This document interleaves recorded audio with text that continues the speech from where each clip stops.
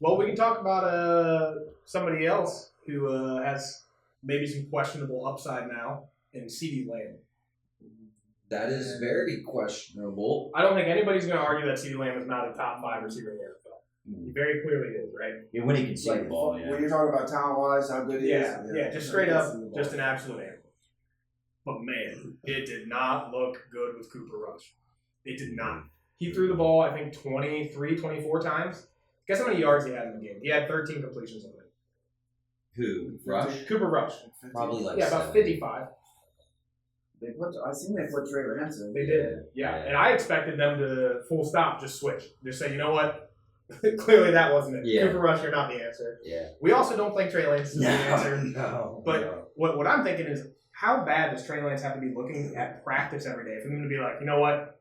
Stick with Cooper Rush. Like, I mean, the Niners got away with it, right?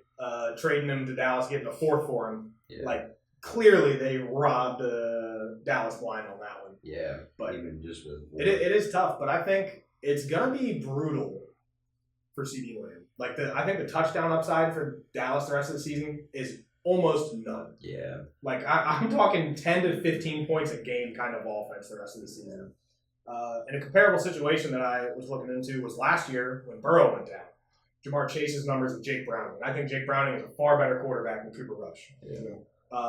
Chase averaged 6 targets, 5 catches for 50 yards on the nose. That is like 10 points in PPR. That was his average with Jake Browning last year. Stuff.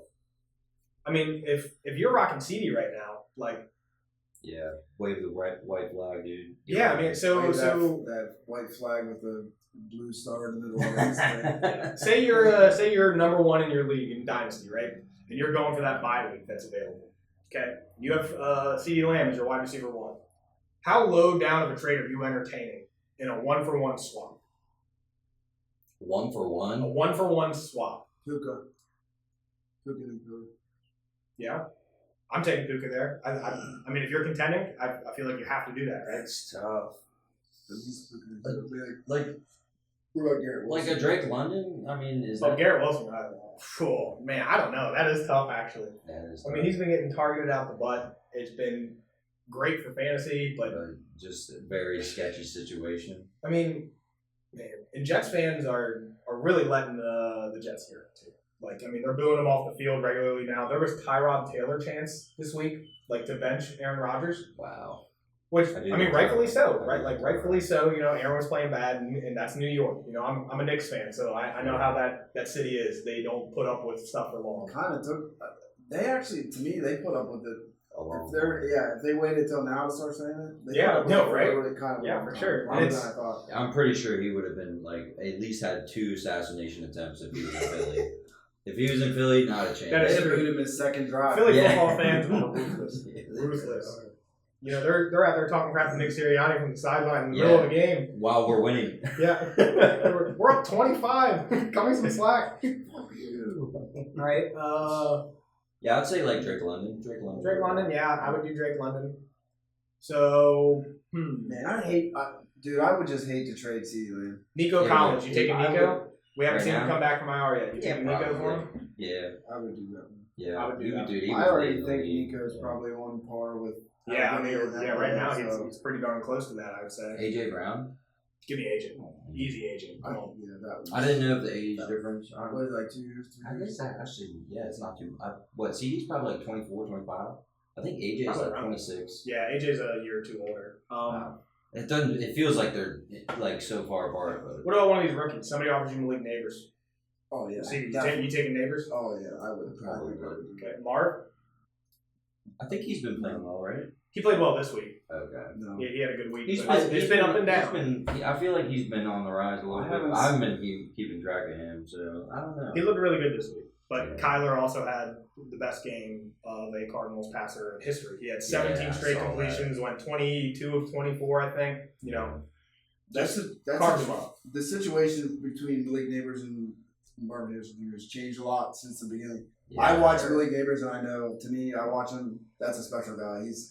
To me, he's already jumped up into that. He's a special guy, like his personality. A special player. Like you like him a lot.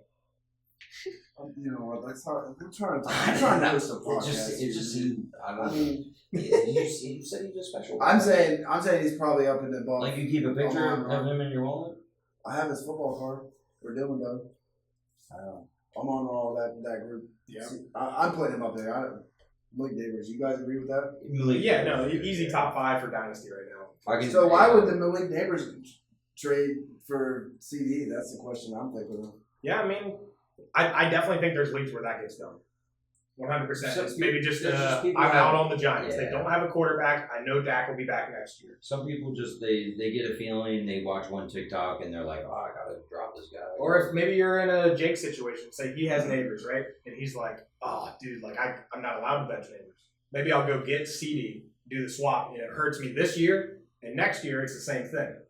But that can help you tank out the rest of the season kind of deal. Would you do Roman Dunze? No. Yeah. What about Roman at first? If you can get Roman at first. Yeah. No, not on my team. I'm not giving up Roman at first for CeeDee. Really? Okay. What about Calvin Ridley in a first? You get production and the first round pick. No. Not enough for CeeDee. Yeah. Would you do Roman at first? If you had CeeDee, would you take Roman at first? No, I'm not. You like CeeDee more? Yeah. Like Rome?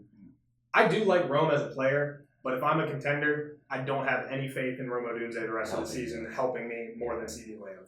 George Pickens and a second for CeeDee. You trading CeeDee for that? You don't even need to throw the second in there.